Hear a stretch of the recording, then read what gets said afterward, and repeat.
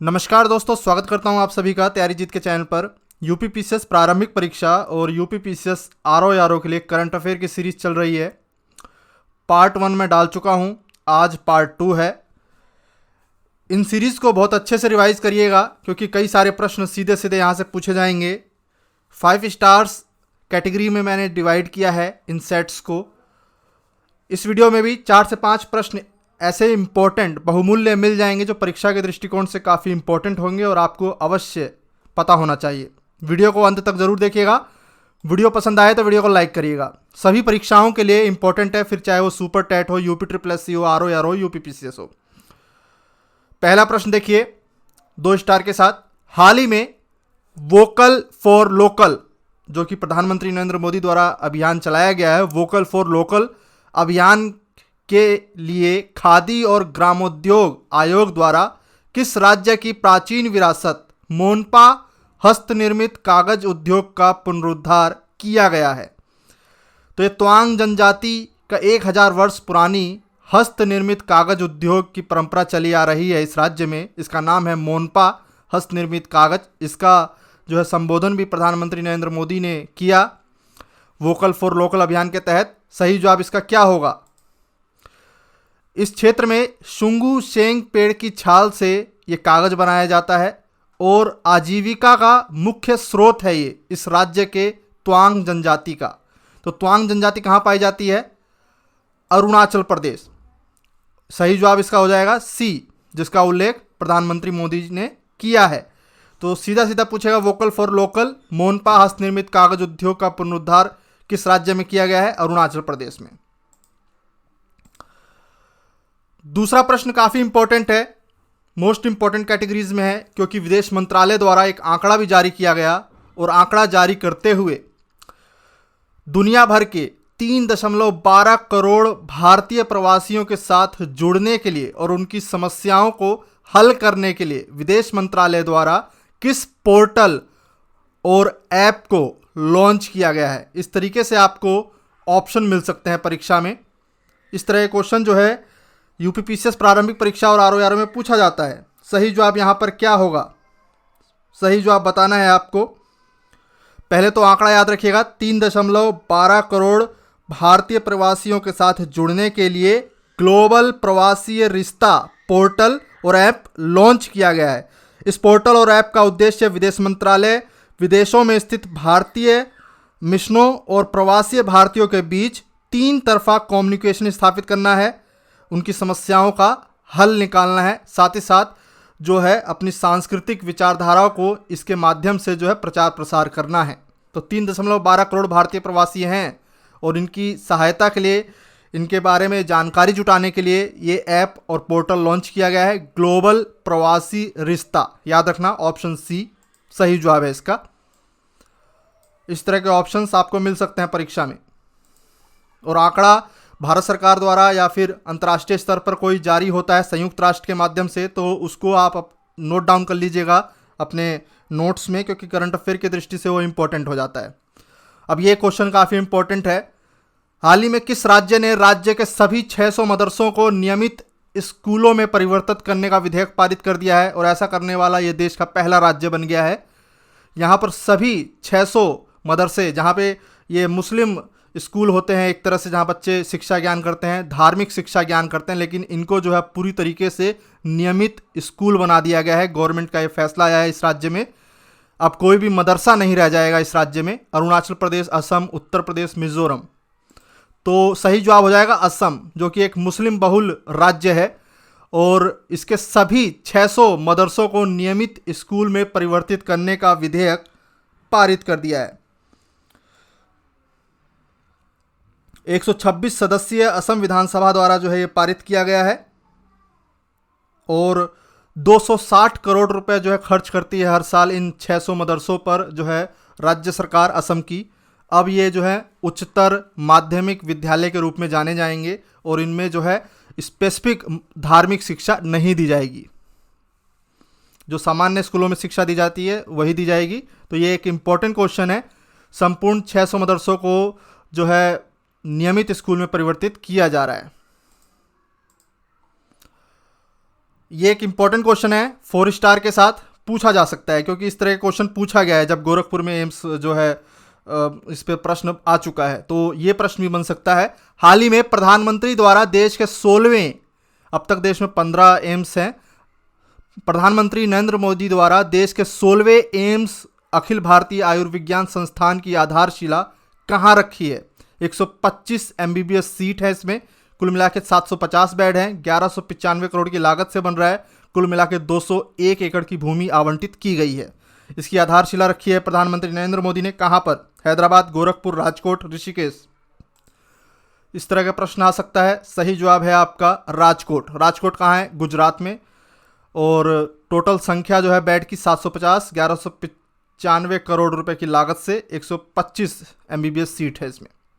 16वां AIIMS होगा ये देश का। अगला प्रश्न देखते हैं। ये एक इंपॉर्टेंट क्वेश्चन है, प्रीवियस ईयर अगर उठा के देखेंगे तो इस तरह का प्रश्न जो है आपको मिलेगा।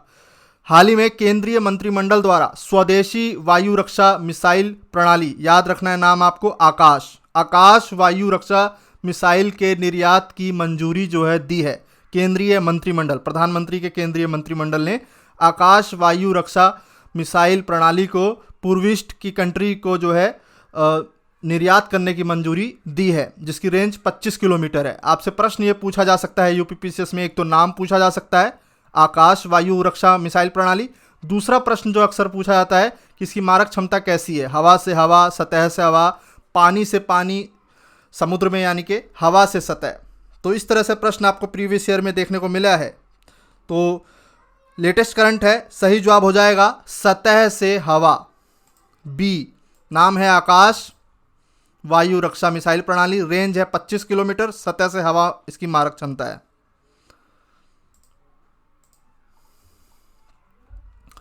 हाल ही में रेलवे बोर्ड के नए अध्यक्ष एवं मुख्य कार्यकारी CEO तथा भारत सरकार के पदेन सचिव किसे बनाया गया है? सही जवाब हो जाएगा सुनील शर्मा। सुनील शर्मा।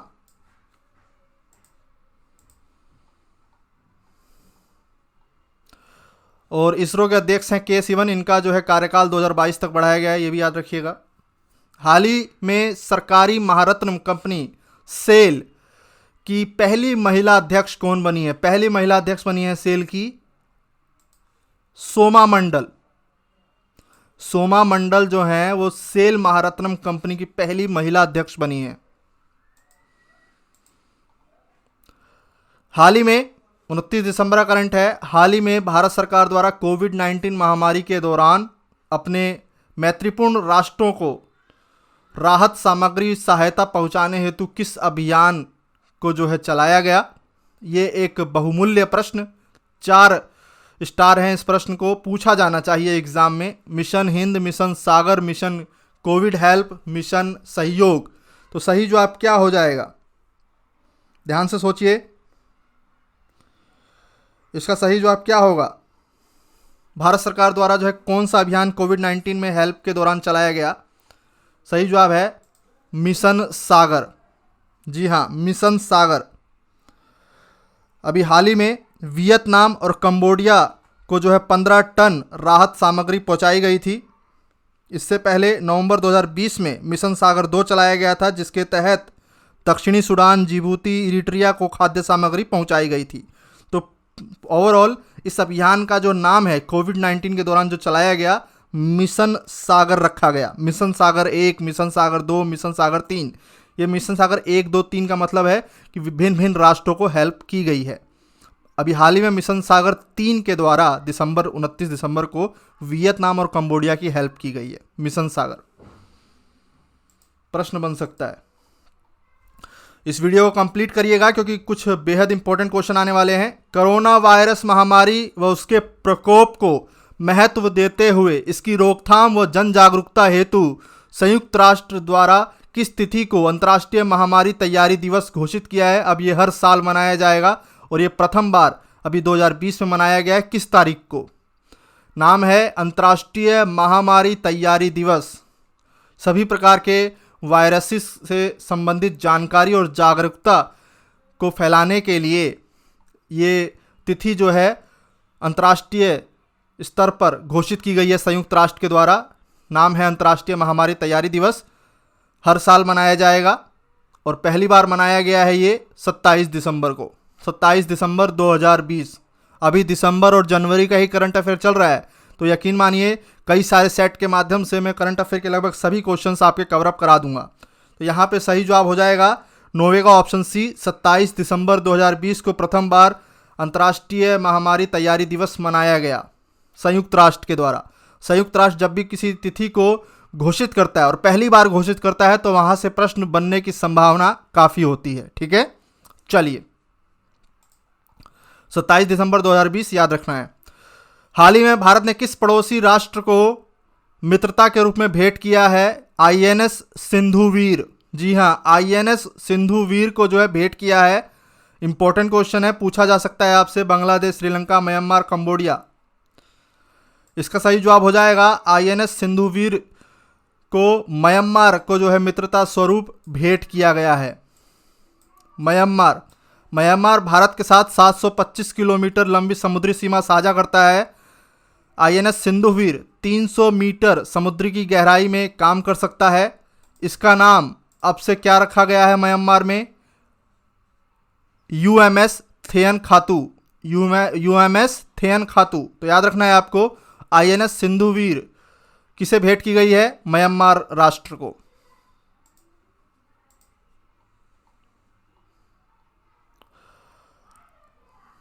देश की पहली ड्राइवर रहित मेट्रो का उद्घाटन प्रधानमंत्री द्वारा 28 दिसंबर 2020 को किस राज्य में किया गया है?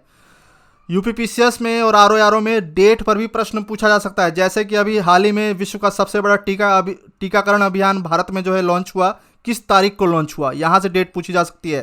प्रीवियस ईयर में सर्जिकल स्ट्राइक जब हुई थी वो डेट पूछी गई थी, तो कुछ इंपॉर्टेंट डेट आपको पता होनी चाहिए। तो देश की पहली ड्राइवर रहित मेट्रो का उद्घाटन प्रधानमंत्री मोदी द्वारा 28 दिसंबर 2020 को किस राज्य में किया गया? सही जवाब हो जाएगा दिल्ली, मेजेंटा लाइन पर। मेजेंटा लाइन 8 जो कि चलेगी 38 किलोमीटर लंबी ट्रैक पर, मानव रहित, यानी कि ड्राइवर नहीं होगा इस मेट्रो का। पूरा रोबोटिक्स जो है ये मेट्रो है, ड्राइवर रहित, ड्राइवरलेस मेट्रो 38 किलोमीटर लंबी मेजेंटा लाइन पर चलेगी दिल्ली में, जिसका उद्घाटन प्रधानमंत्री नरेंद्र मोदी ने 28 दिसंबर 2020 को किया। इंपॉर्टेंट क्वेश्चन है। वीडियो को लाइक कर दीजिएगा दोस्तों, अपने दोस्तों के बीच में शेयर जरूर करें। चलिए आगे बढ़ते हैं। हाल ही में किसे भारतीय वाणिज्य एवं उद्योग मंडल यानी कि एसोचैम का नया अध्यक्ष बनाया गया? विनीत अग्रवाल। विनीत अग्रवाल नाम याद रखिएगा, प्रश्न बन सकता है। विनीत अग्रवाल, एसोचैम, भारतीय वाणिज्य एवं उद्योग मंडल के नए अध्यक्ष बनाए गए हैं।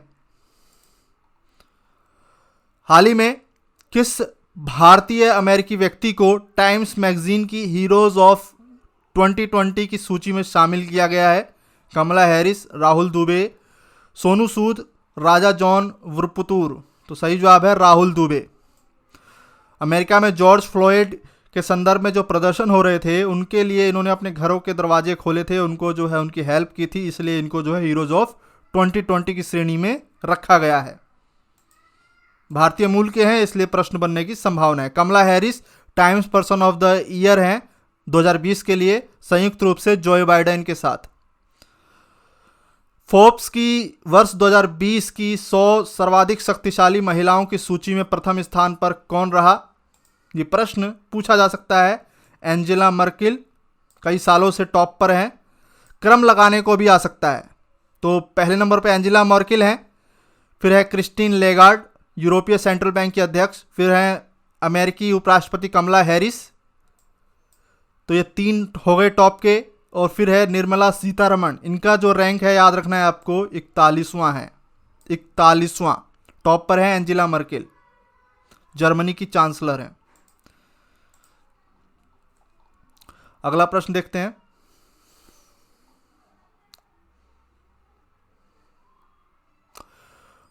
हाल ही में जर्मन वॉच द्वारा जारी जलवायु परिवर्तन प्रदर्शन सूचकांक 2021 में शीर्ष स्थान पर कौन सा राष्ट्र रहा? Norway, Bharat, Sweden, Denmark.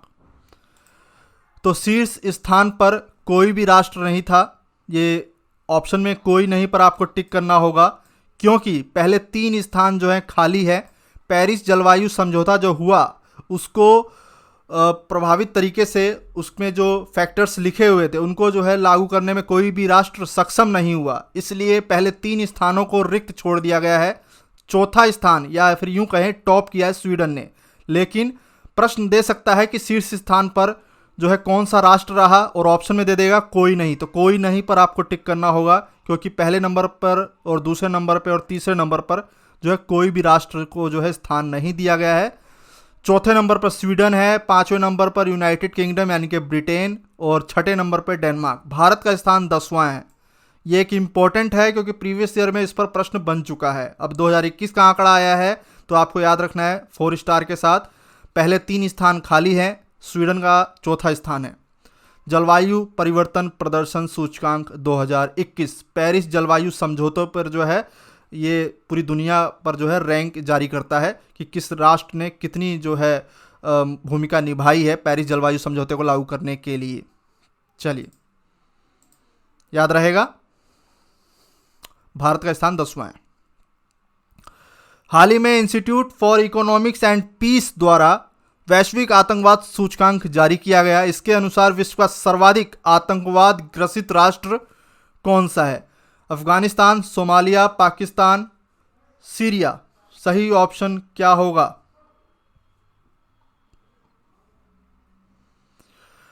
Afghanistan, Somalia, Pakistan, Bharat, Syria. सही जवाब है अफगानिस्तान को नंबर 1 पर जो है स्थान प्राप्त हुआ है। सबसे ज़्यादा आतंकवाद ग्रसित राष्ट्र अफगानिस्तान है। भारत का स्थान 7वां है, पाकिस्तान का स्थान जो है इसमें 5वां है। ध्यान रखना है आपको। चलिए,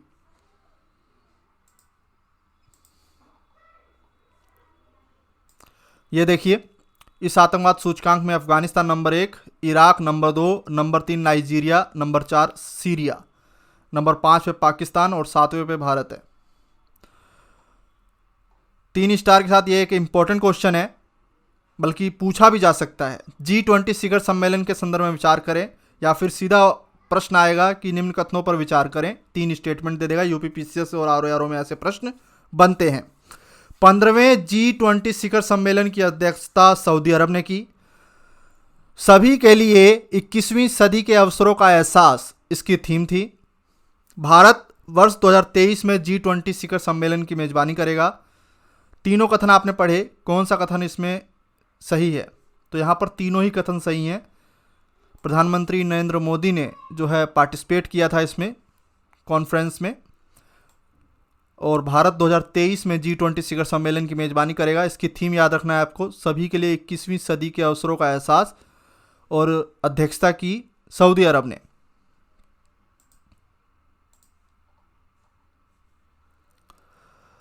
आगे बढ़ते हैं। थोड़ा स्लो चल रहा है, नेट के प्रॉब्लम है। और चलिए, ये एक मोस्ट इम्पॉर्टेंट क्वेश्चन, 4 स्टार इसको जो है दिया हुआ है। हाल ही में उत्तर प्रदेश सरकार द्वारा किस नगर निगम द्वारा जो है बॉन्ड जारी किया गया है, जिसे BSE में सूचीबद्ध किया गया है? BSE Bombay stock exchange. 200 crore के बॉन्ड्स जारी हुए हैं इस नगर निगम के द्वारा, और मुख्यमंत्री योगी आदित्यनाथ द्वारा पारंपरिक रूप से घंटी बजाकर सूचीबद्ध किया गया है। अमृत योजना के तहत, अमृत योजना के अंतर्गत भारत का पहला नगर पालिका बॉन्ड ये जो है बन गया है। तो ये एक इम्पॉर्टेंट क्वेश्चन है, उत्तर प्रदेश से रिलेटेड है, पूछा जाना चाहिए। तो सही जवाब है लखनऊ नगर निगम। लखनऊ नगर निगम ने 200 करोड़ के बॉन्ड जारी किया गया है इसके द्वारा, और इसको BSE में, बॉम्बे स्टॉक एक्सचेंज में सूचीबद्ध किया गया है। और ये देश का 9वां बड़ा शहर बन गया है जहां की नगर निगम ने जो है इस तरह का बॉन्ड जारी किया है और BSE में सूचीबद्ध किया गया है।